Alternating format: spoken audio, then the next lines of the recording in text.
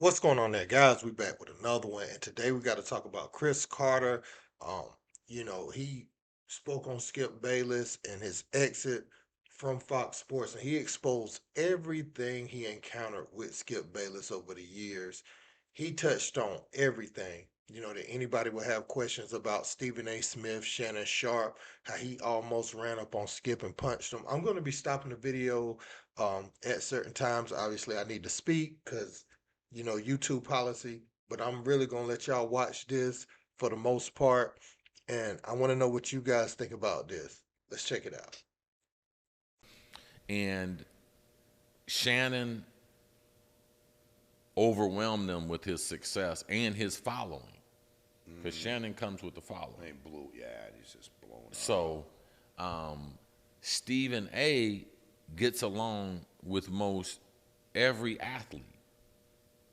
So it was just a matter of who was going to be the right athlete to be in there with Stephen A going back and forth in conversations, because that's really the height of the show, to have someone who you respect, because that's the thing.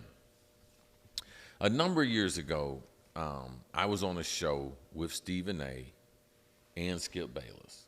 And both of them? Yeah, both of them, on their show. Yeah. I was working at ESPN doing NFL. I would do Mike Greenberg after doing my NFL stuff, and then I would come on there because Stephen A and I were friends. I didn't know Skip personally, and I'm going to be honest with you. Skip Bayless is not one of my favorite people. I can imagine. Okay. So I'm on there doing the show. I do the show and everything. And then all of a sudden, this is when the Tebow phenomenon was going on. And he was a huge Tim Tebow guy. This guy is this, I this, remember this. it. Dude. Okay. Oh. So I come on there on a Monday, and, we're trading barbs and everything. We go back and forth, back and forth, back and forth. And then I just level set it and was like, listen, if throwing the football is important in the NFL, Tim Tebow will never be a starting quarterback in the NFL. Yep. So he got defensive, and then he came back and said, well, that's why you didn't win a Super Bowl. Okay. So what'd you say? Which got nothing to do with nothing. Agreed. We went to commercial break. So you didn't say nothing before commercial. He just said his... No. Okay. Good man. I took my earpiece out, and I told him, I'll never be on your show again. Yeah. And if you ever say anything like that to me again, I'll punch you right in the fucking face. Good for Look, I've said again and again, this is a competitive force of nature. I think you both would agree now that there is a shocking transformation with 5-6 minutes to go in the game. When they do unleash, and I'm being serious about this, that's a whole different player. This is the thing, though. You're giving Tebow too much credit as a competitor, though. Like, he's no more a competitor than me or anyone else in the end. Don't put too much yeast on that. Inspire the whole football team. No, you can't. No, you're wrong on that. He's not inspiring the whole football. No, you're wrong on that. You're wrong. You're dead wrong on that one. Well, I've been on the NFL field before. You never I don't care. I know what I'm talking about. You don't care. Okay? Okay, did you lift the football team to a lot of wins? I don't know. Did you inspire? I lifted my teammates, but I didn't make them make plays. When that defensive lineman or linebacker hit him and he fumbled,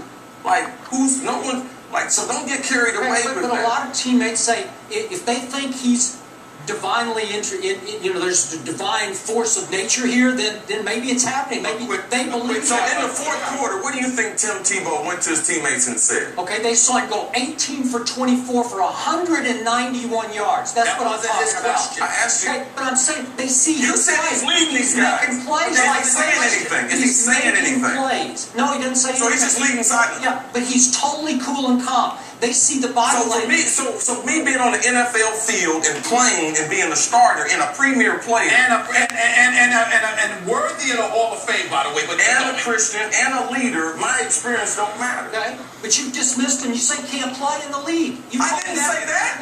You said he's not a starter in the league. That's not a starter. There's plenty of other players besides the starter. Okay, that's 6 weeks ago. You need to move on till today. No, you need to move on. What does he do every will. fourth quarter? You're right. Game after game after game. That they all say it. He's inspired the whole Skip, franchise. so you covering He sports took all over a these years winning don't force. matter? I just watch with my eyes. I've been covering a lot longer than you've been playing it. I can tell And I give you credit for that. Okay? Yeah, but you can't get it the way it is. I give you credit for that. Okay? Well, I just think I'm right about it. I know we have discredit. But you don't know. You don't know. Neither does he. What have I always told you? Some of the worst judges of personnel are the best players. Michael Jordan's the worst GM in the history. So now And we also debate the fact that as reporters, when our objectivity is skewed for whatever reason, that might So a reporter can't so be he's a wrong. player, he might be subjective because of that. You're a reporter, you may be subjective. So you tell me there aren't bad reporters that have jobs reporting compared to John Elway with his skill level? Like, I agree. I've always had a good eye for talent. You can look at my draft record on this show. so you discredit my ability to be. No, I'm just saying you're wrong about this one. Just this one. I did play. You're not giving him any credit. I did give him credit. Okay, but you're saying don't give him so much So in credit. other words, no. So if we don't play, all right, he played a game. It generates into you laughing. You laughed the last time. What happened? Wait a minute. You ate it again and again and again. Let me ask you a question. How many times were you wrong, Cris Carter? How many times? 7 times. I know I went to 8 Pro Bowls and played 16 years. Yeah, and how many in the NFL. rings do you have? I ain't got none. You got the same amount as you. No, I don't. So that's the interaction that Cris Carter was talking about for those that don't remember. And after it went to commercial break right there, that's when he said this. Yeah, that's why I like you. What do you say? He couldn't say anything because I got up. I'm off the set. Then the Yeah. producers came. Hey, Chris, no, it's not necessary. Then the people came from the back. Stephen A. was like, Chris, man, this is not. I was like, bro, I'm done. Yeah. I'm not doing nothing. I'll never be on another show. I won't be on this show ever again as long as he's on here. Correct. So then come 3 or 4 years later, he goes to Fox. I leave ESPN. The guy that was directing the show was hiring the people at Fox. Okay. So he's like, man, I know, man, y'all had a dust up. Do you have any problem with him? I said, I don't have no problem with him. No. I don't have no problem with him Pay at all. me, I'm good. No. Well, we talked to him. He doesn't have a problem with you. Why would he? Yeah. Why would he have a problem with me? So I had very little interaction with him when I went to Fox, but I knew that it's like playing in a card game that the deck is tricked up.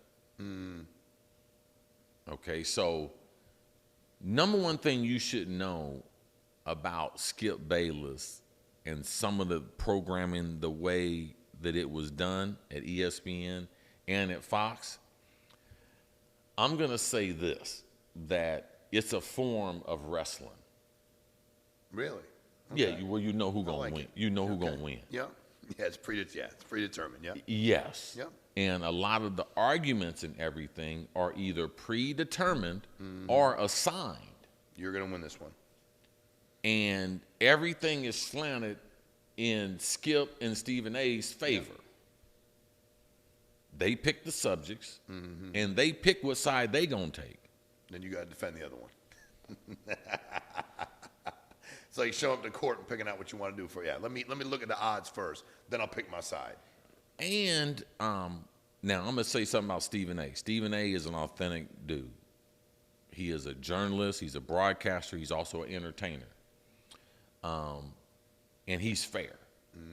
And Stephen A. has a treasure trove of information about people that he would never let go on the air. It would make him more popular, but he'll never do it. He would never do it because he's got stories. He's got context. He's got relationships. He's got sources like that would carry you a lifetime in the business. Like he is legit. He is the real deal. But to me, it was always Stephen A. was always carrying Skip. Yeah, agreed. And Stephen A.'s audience was accepting of Skip, or it just got them so fired up that they really got into the debate thing. The other thing when he went to Fox was he didn't know Shannon was going to be the commodity, and he had no clue that Shannon was going to have the type of following that he was going to have to bring to this. Correct. He underestimated that, and Fox tried to play cheap. They underplayed their hand, with him, realizing that because in debating, there's only two places you can go, either ESPN or Fox. That's right. So there's not a lot of places for sports broadcasters, and most sports broadcasters are not into debating. That is the style of the last 10 years, and has been very, very favorable to create these daytime shows, to create content during the week. So when I listen to Cris Carter right there, pretty much saying that FS1 lowball Shannon and really not even lowballed him, but just let him walk and really chose Skip Bayless over him. Now you send him to the network you were trying to compete with. I think at the time they were getting 1/3 or 1/4 of First Take's views when Shannon was on the show, and that had been reduced down to like 1/15th, of the views by the time Shannon was added to ESPN, and Skip had that revolving door and that rotating lineup of people coming in and out of Fox Sports. So that's something to think about. And Skip was just not aware of how powerful Shannon had become in media and how he was the person that everybody was showing up to see. That dynamic changed, and Marcellus Wiley has spoken on that. The dynamic had changed so much, and Skip's style had become so tired with trolling LeBron and those same tactics that I really don't think he was aware of what the present day held as far as his status and Shannon's status. Let's continue. But to me, I never thought he was authentic. I never thought that I should take him serious because he covered the Cowboys and now he's trying to talk about the NBA, talk about LeBron. Yeah. I've seen these arguments and stuff that are, you'd have to be a lunatic to believe what you're saying. Correct. And they swear, oh man, he believes every argument. There's no way that he can believe that LeBron is not a clutch player. Correct.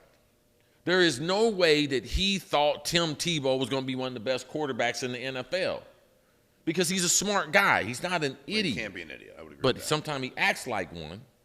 For show, for the production, for the. I just think he has made a business out of coming up with outlandish comments. When he said to you and talked shit about a ring, was he emotional about it? He wasn't. It was more. It was more of a show? It was his protection from the show because they created the show. Like him and Stephen A. are the show. Correct. And when you are the show, you say stuff like that. Like if we're in the street, he don't say nothing like that. Obviously, yeah.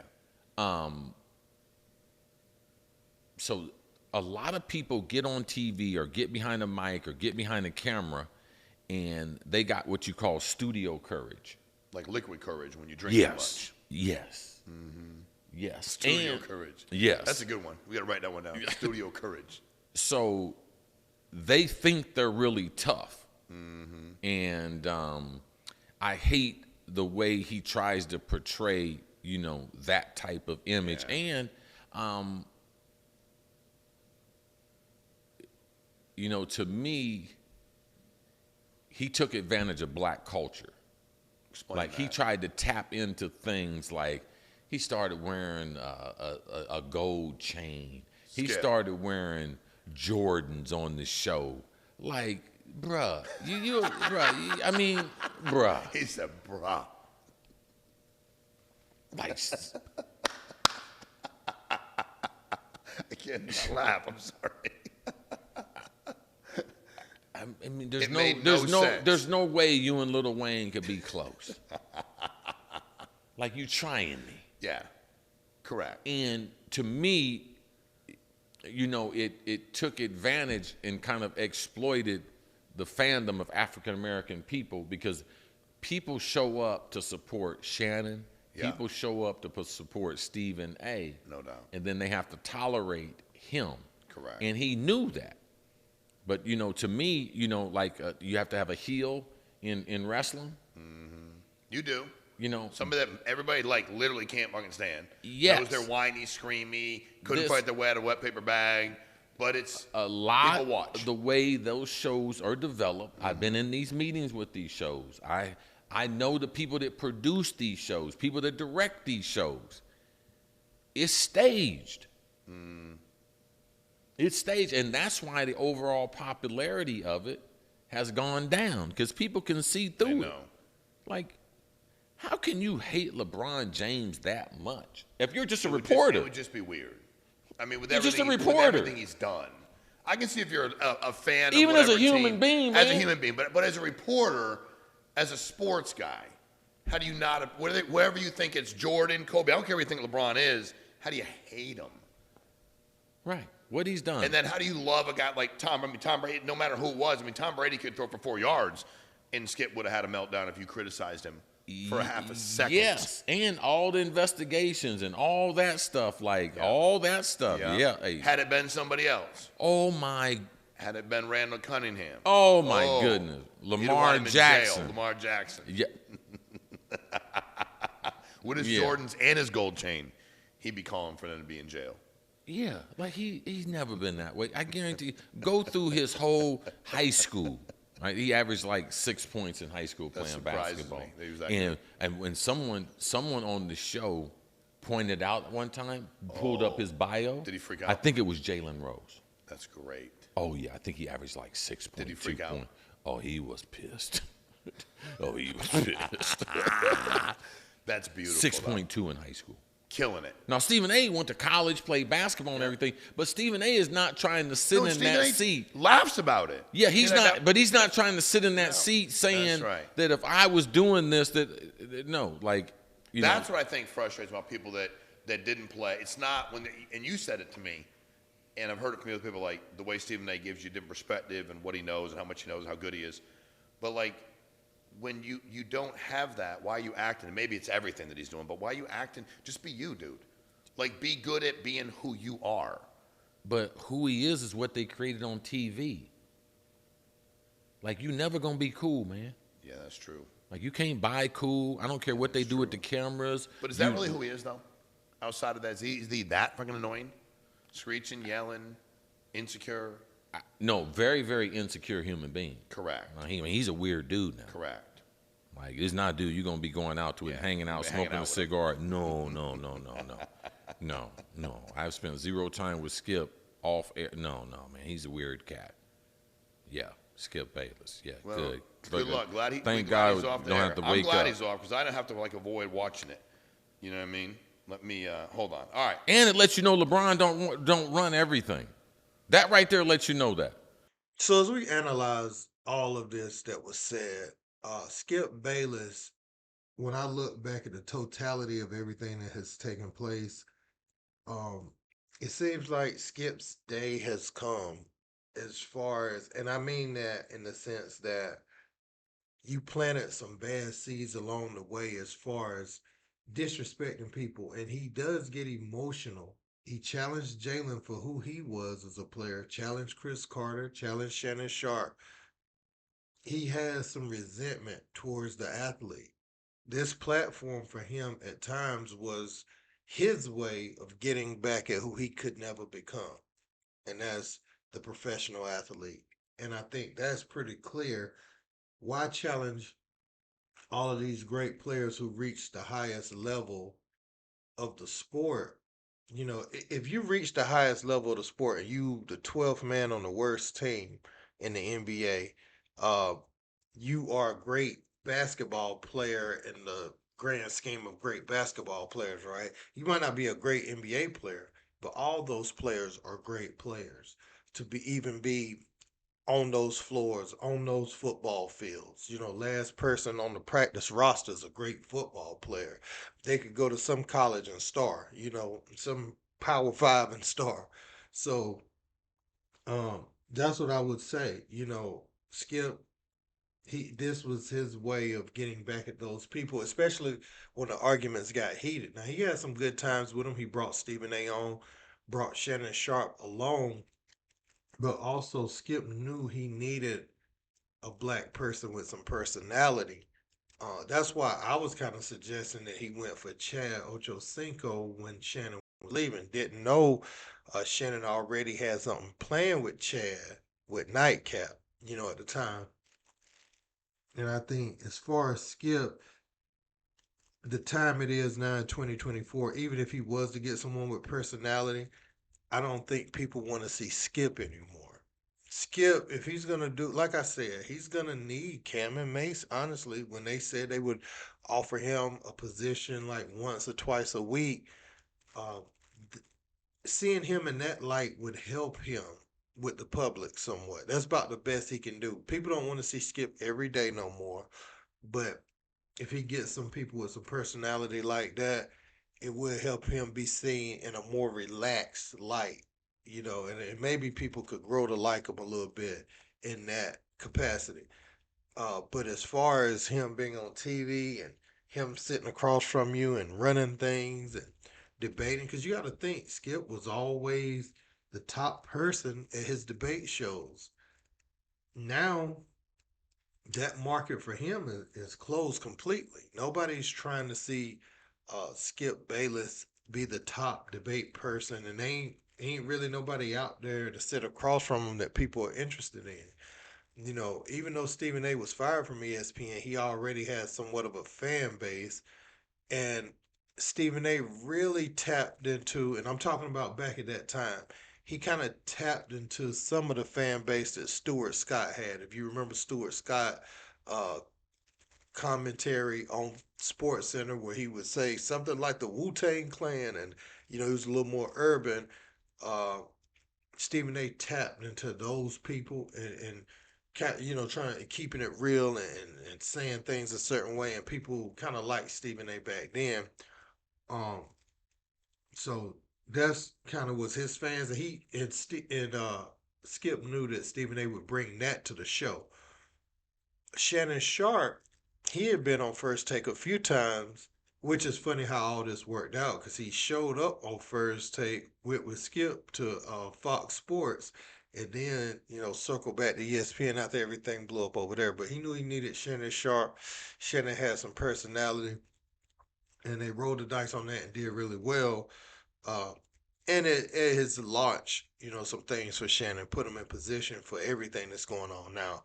That can't be lost in all of this. But in terms of Cris Carter, to say he's going to break his face, that kind of goes back to what Matt Barnes was saying after the whole thing with Shannon, where he said he had to keep some people off of Skip. Shannon's been keeping people off of Skip, and that's probably who he was talking about. Cris Carter and Shannon, and maybe even his brother Sterling probably talked about him jumping on Skip at the time. And Skip's out here moving around, talking crazy about people, having studio courage. Now you can debate, you can go at people, you can joke with them in the booth. You just can't challenge like a former player's career to step on them to make a point for another player. You see what I'm saying? Like